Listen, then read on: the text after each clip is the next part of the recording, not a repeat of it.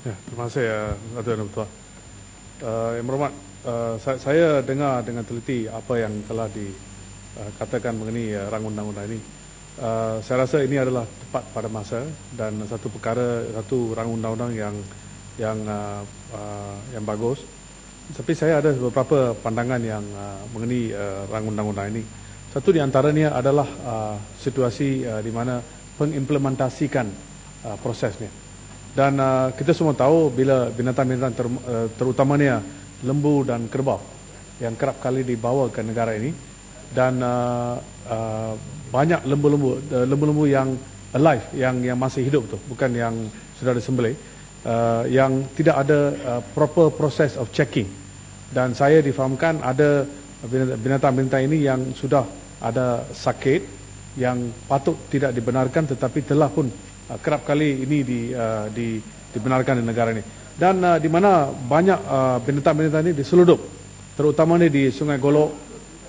Saya lagi ingat beberapa 2-3 tahun dulu, di mana banyak lembu-lembu dan kerbau-kerbau dibawa pada hari malam, ratus-ratusan dibawa ke seberang ke negara kita, tetapi tidak ada walaupun kaki tangan dan pihak-pihak mungkin tahu mengenai perkara tersebut, tetapi tidak ada tindakan diambil untuk membentas perkara ini. Dan juga dalam hal ini di mana kuarantin, berapa lamakah binatang-binatang ini dikuarantin sebelum ia dibenarkan disembelih? Kerana saya tahu beberapa negara macam Australia dan New Zealand, kerana mereka perlukan sekurang-kurangnya 30 hari, 45 hari kuarantin sesuatu binatang sebelum ia dikatakan boleh dibenarkan untuk masuk ke negara tersebut, walaupun ia ada di airport dan sebagainya.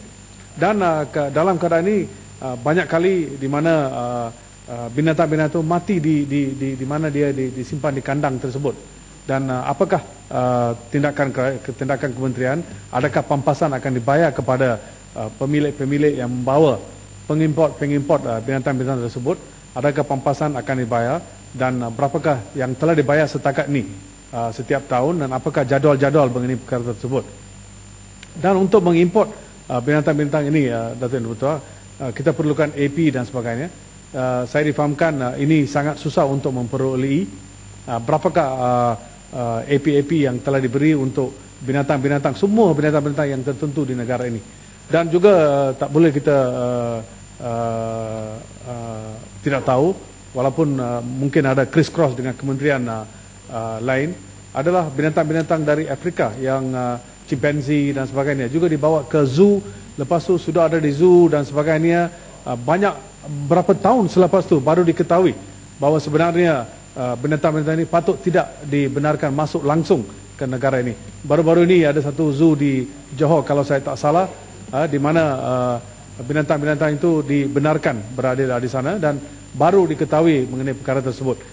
Apakah situasi di mana di antara kementerian yang berhormat dan kementerian yang berkenaan yang mengawal selia mengenai perkara itu, adakah ia akan in one hand or in two hands akan diambil tindakan untuk membentas perkara-perkara macam ini?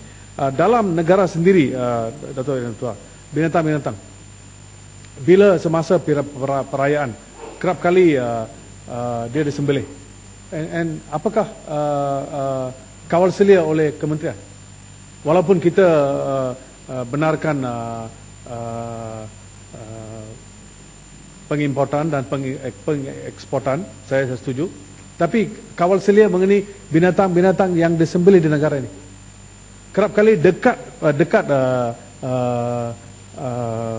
perayaan-perayaan terutama. Baru-baru ini saya nampak di satu perayaan di mana di merata-rata tempat orang sedang menjual daging lembu, daging kambing dan sebagainya. Dan bila saya difahamkan tidak ada kawal selia langsung, dan tidak ada tindakan diambil oleh kementerian supaya binatang-binatang ini adalah dari segi medical value-nya boleh disembelih. Adakah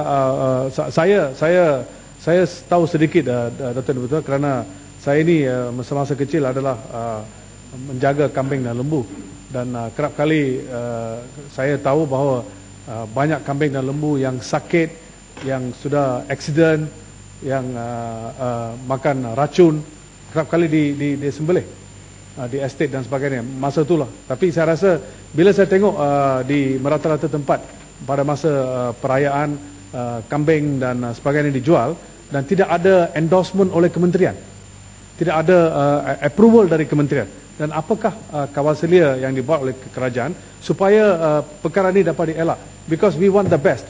Jangan kita lupa baru-baru ini beribu-ribu, bukan satu ke dua, saya rasa lebih dari 100,000 kambing yang telah diekspor dari Australia ke Middle East telah ditolak atas alasan ada kena jantitan atau sakit, di mana sepatutnya kambing itu tidak patut dibenarkan masuk ke negara tersebut.